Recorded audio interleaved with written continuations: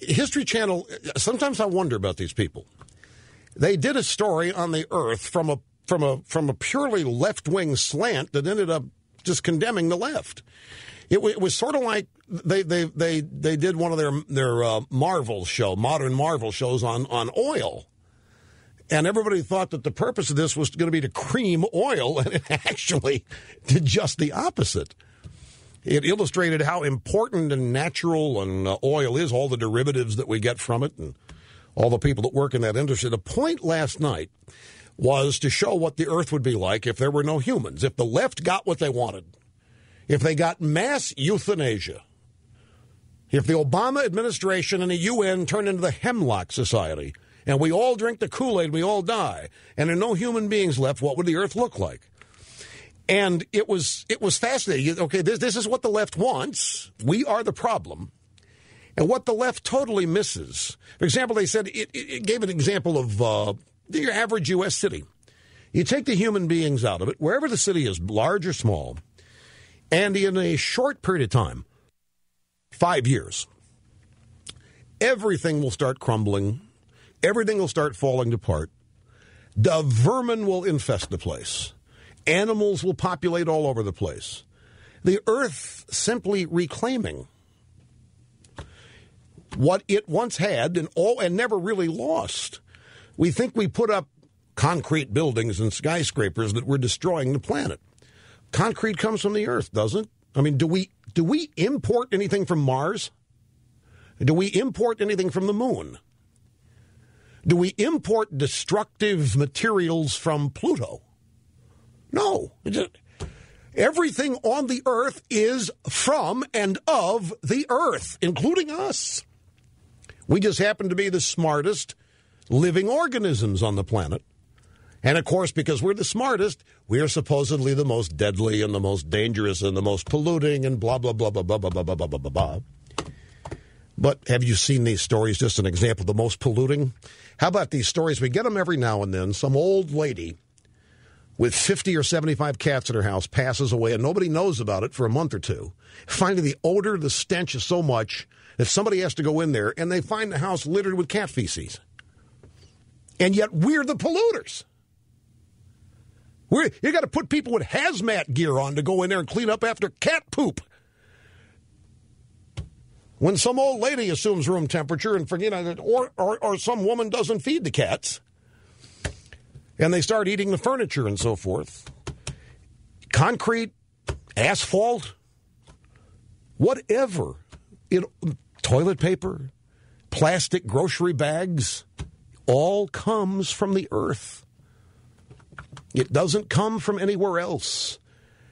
And yet we're accused of destroying the planet when we simply use what God provided on the planet.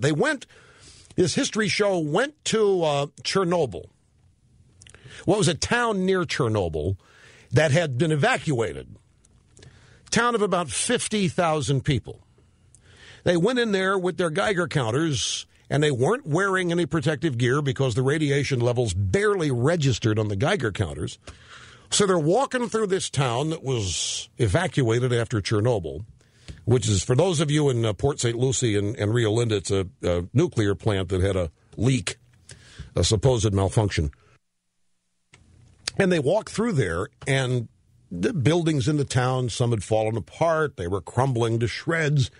All over the place, the animals had moved in. The place was a junkyard. It was an absolute junkyard. All the weeds and grass had grown over everything. But it was natural. It was the Earth in its natural state. And this show attempted to show how beautiful the Earth would be. And it ended up doing just the opposite. But what it illustrated, if you had, I guess you need some kind of a belief foundation to look at it and see it the way I did. But you have to see that everything here, everything that this microphone, the golden EIB microphone, every element of that is from the Earth. Every element of our plasma TV, California going to ban them, destroy the environment.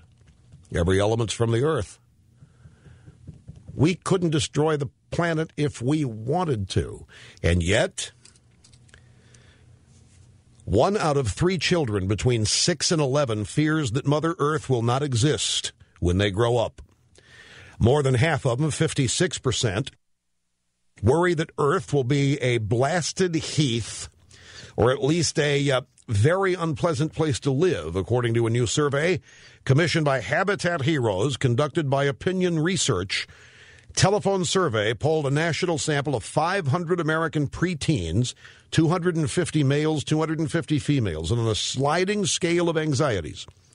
Minority kids have it worst. Well, of course.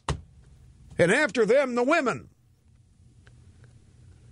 75% of black children, 65% of Hispanic children believe the planet will be irrevocably damaged by the time they reach adulthood.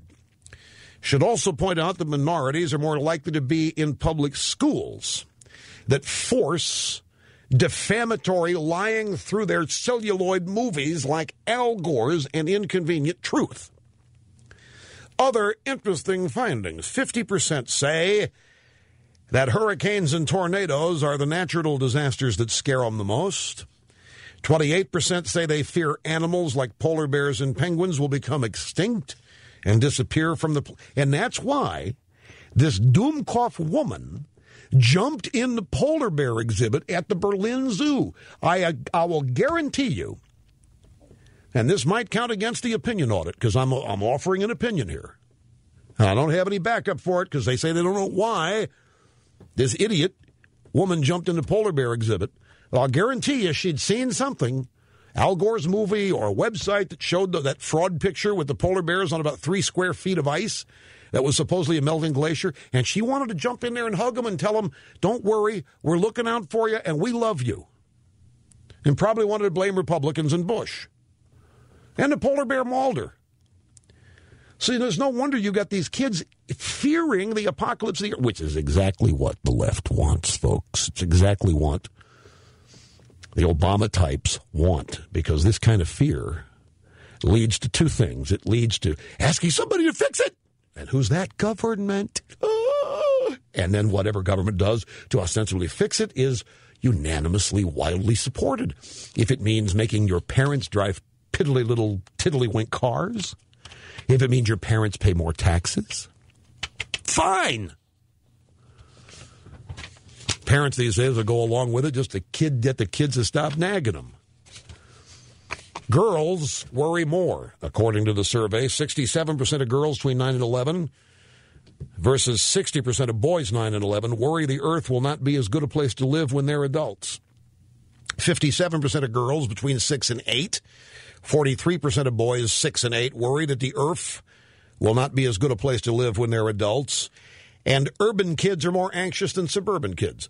Well, it's working. This is exactly what the objective of the climate change, global warming hoaxers is to inculcate little kids with fear that the earth will not exist. It is preposterous. Plus, it's wrong and it's irresponsible. Be right back. Stay with us. Today is Earth Day, ladies and gentlemen. In my official role as America's anchorman, I take great pleasure in leading our nation in a solemn tribute to some of the pioneers who have contributed to the well-being of planet Earth and its inhabitants, us. Today, I think, and we here at the EIB Network do, celebrate the vision, the ingenuity, and the spirit of achievers, men and women who have contributed to the earth. We begin our salute today by honoring a group of people unmarked, uncommented upon by history. The first coal miners in America. The first coal miners in America were farmers. They